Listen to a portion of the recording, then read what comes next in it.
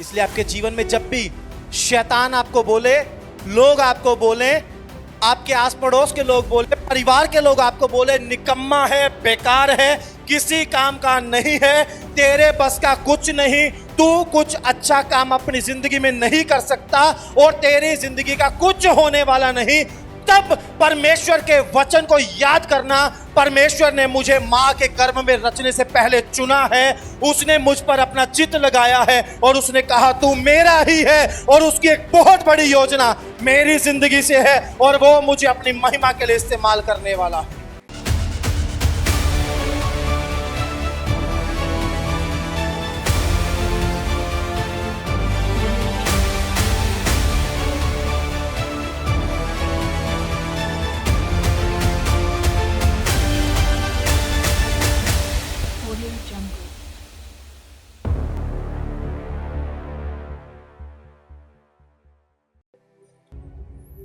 सबको जय मसीह की।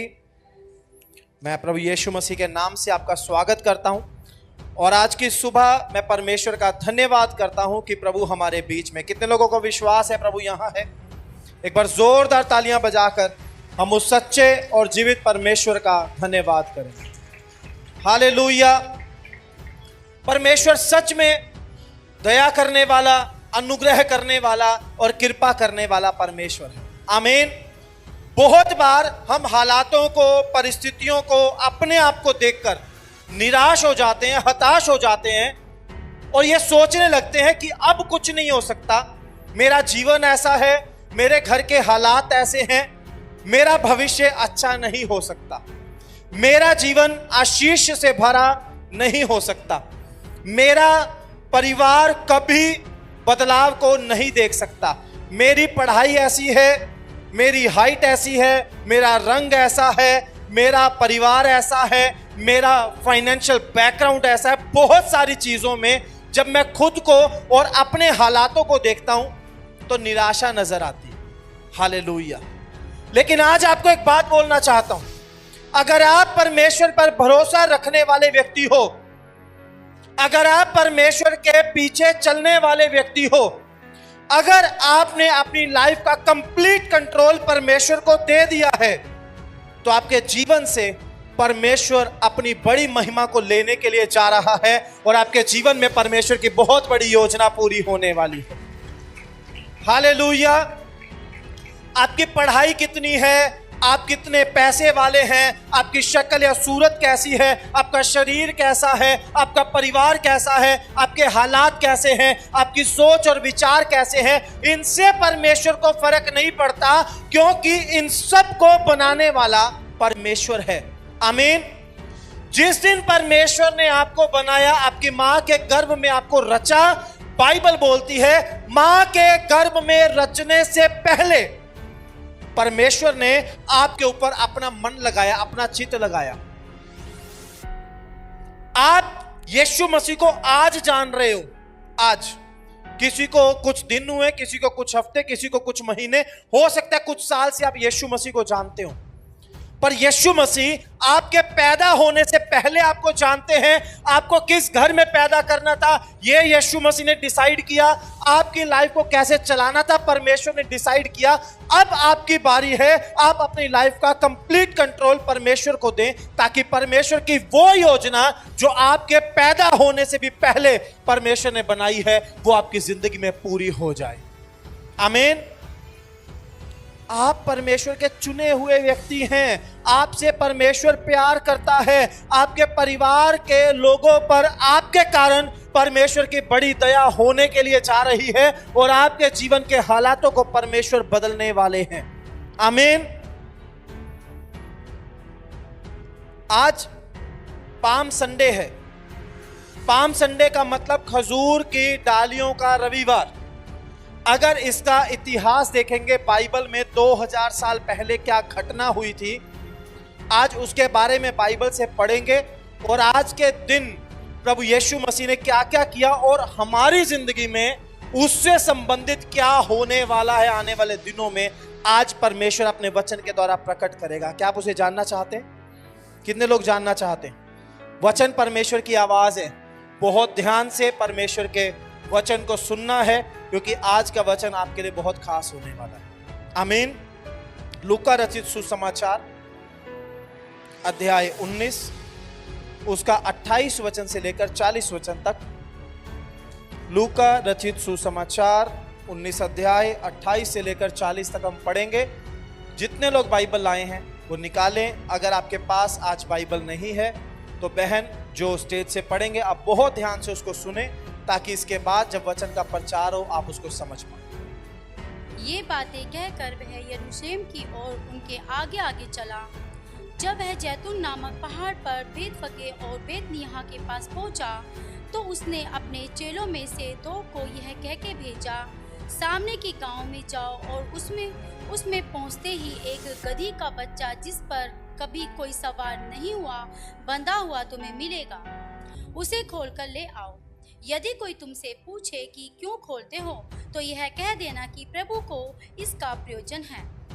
जो भेजे गए थे उन्होंने जाकर जैसा उसने उनसे कहा था वैसा ही पाया।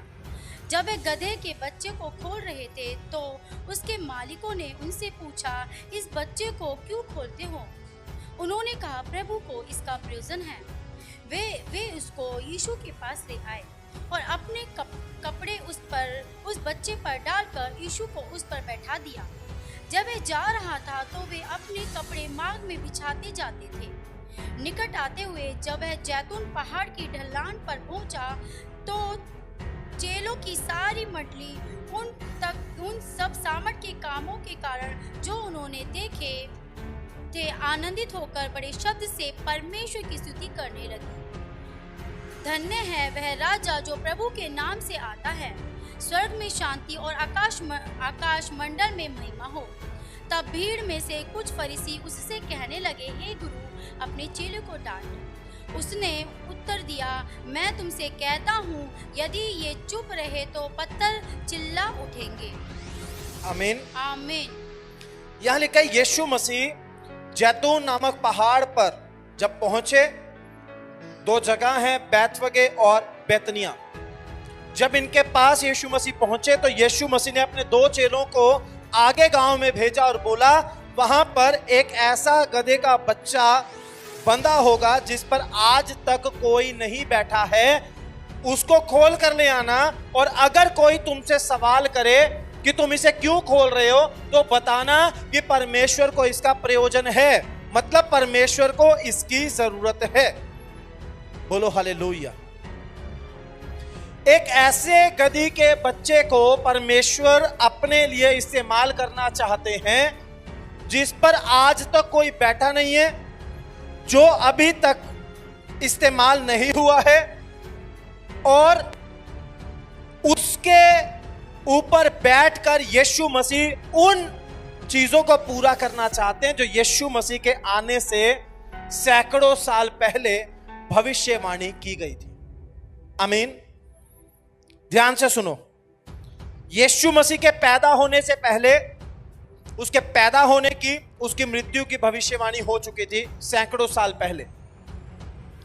उस भविष्यवाणी में यह भी जिक्र था कि कैसे क्रूस पर चढ़ाए जाने से पहले यीशु मसीह उस गधी के बच्चे पर बैठकर यरूशलेम में प्रवेश करेंगे। आमीन। आप उस गधी के बच्चे के बारे में सोचो, वो अभी बच्चा है, अभी किसी ने उसको इस्तेमाल नहीं किया, अभी उसने लोगों का बोझ ढोना शुरू नहीं किया, कोई सामान उसने यहां से वहां नहीं पहुंचाया है, और उसके पैदा होने से सैकड़ों साल पहले उसका जिक्र परमेश्वर की किताबों में हो चुका था कि ऐसे एक गधी के बच्चे के ऊपर बैठकर यीशु मसीह यरूशलेम में प्रवेश करेंगे। आमीन। जब किसी के अंदर दिमाग नहीं होता, डल होता है, होशियार नहीं होता, तो लोग उसको बोलते हैं अबे गधा है, बोलते हैं ना। क्यों? गधे को एक ऐसे जानवर के रूप में देखा जाता है जो शार्प माइंडेड नहीं है, जो बुद्धिमान नहीं है, निर्बुद्धि जीव है। यानी लोगों की नजरों में जो रिजेक्टेड है, लोगों की नजरों में जो बेकार है, लोगों की नजरों में जो निर्बुद्धि है, लोगों की नजरों में जो बिल्कुल बेकार है, लोगों की नजरों में जो किसी काम का नहीं है, उसके बारे में भी सैकड़ों साल पहले परमेश्वर ने योजना बना दी थी कि इस काम में इस गधी के बच्चे को इस्तेमाल किया जाएगा और यह परमेश्वर के काम में आएगा। आमीन, हालेलुया। आप और मैं उस गधी के बच्चे से बहुत ज्यादा कीमती हैं। हमें परमेश्वर ने अपने स्वरूप, अपनी समानता में बनाया।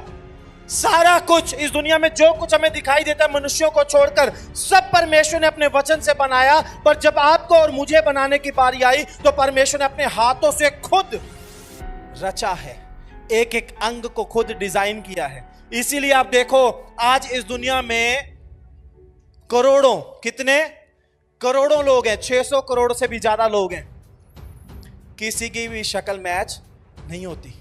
हर एक को परमेश्वर ने यूनिक आइडेंटिटी दी है, अलग शक्ल दी है, अलग पहचान दी है, क्योंकि रचने वाला परमेश्वर खुद अपने हाथों से एक एक मनुष्य को रचता है और उसको रचते समय ही उसके जीवन की सारी योजना को बना लेता है और उसको कैसे अपने काम के लिए, अपनी महिमा के लिए इस्तेमाल करना है, उसके लिए पहले परमेश्वर योजना बनाता है। आमीन। इसलिए आपके जीवन में जब भी शैतान आपको बोले, लोग आपको बोले, आपके आस पड़ोस के लोग बोले, परिवार के लोग आपको बोले निकम्मा है, बेकार है, किसी काम का नहीं है, तेरे बस का कुछ नहीं, तू कुछ अच्छा काम अपनी जिंदगी में नहीं कर सकता और तेरी जिंदगी का कुछ होने वाला नहीं, तब परमेश्वर के वचन को याद करना, परमेश्वर ने मुझे मां के गर्भ में रचने से पहले चुना है, उसने मुझ पर अपना चित्त लगाया है और उसने कहा तू मेरा ही है और उसकी एक बहुत बड़ी योजना मेरी जिंदगी से है और वो मुझे अपनी महिमा के लिए इस्तेमाल करने वाला है। आमीन। अगर आप भी अपने जीवन में ऐसे चमत्कार देखना चाहते हैं तो आप आ सकते हैं लिविंग ग्रेस चर्च दिल्ली में, जो एड्रेस आपको अपनी स्क्रीन पर शो हो रहा है। इस एड्रेस पर आपको आना है। अधिक जानकारी के लिए आप दिए गए नंबर पर संपर्क कर सकते हैं।